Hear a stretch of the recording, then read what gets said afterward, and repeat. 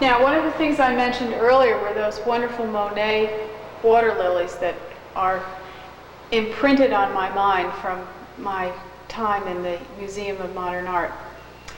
One of the things that the Impressionists worked on was how to paint light and air by means of color, not by means of line.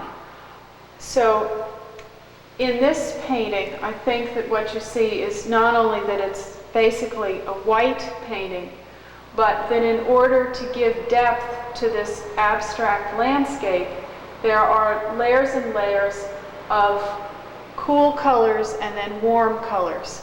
And when you put cool colors and warm colors up against one another, they give you a kind of depth. And certainly Cezanne was the master of this, although he mostly did it in still life.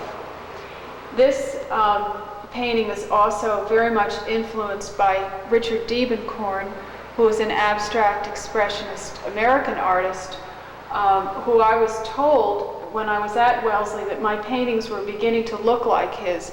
The only problem I had was that I'd never seen his paintings, so I didn't know what they were talking about. But this is, I have here an example of one of his paintings of Ocean Park in California, which he did over and over again. He did all of his paintings at Ocean Park.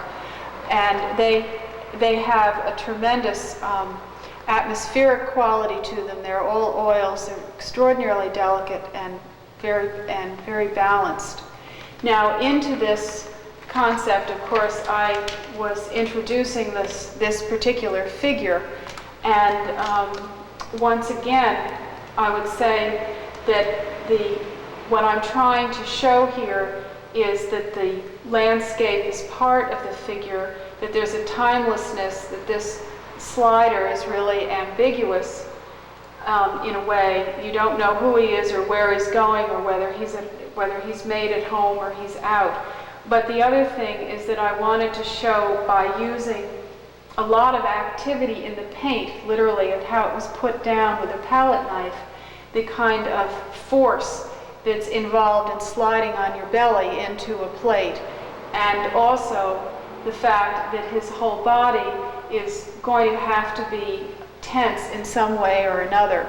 And once again, this isn't the kind of thing that, in my experience, that one learns from drawing from the figure in a studio, but that you learn from, number one, knowing how the body works, what happens when somebody slides and their muscles are tense, what happens to this foot as it falls back over, and this toe that's dragging along here.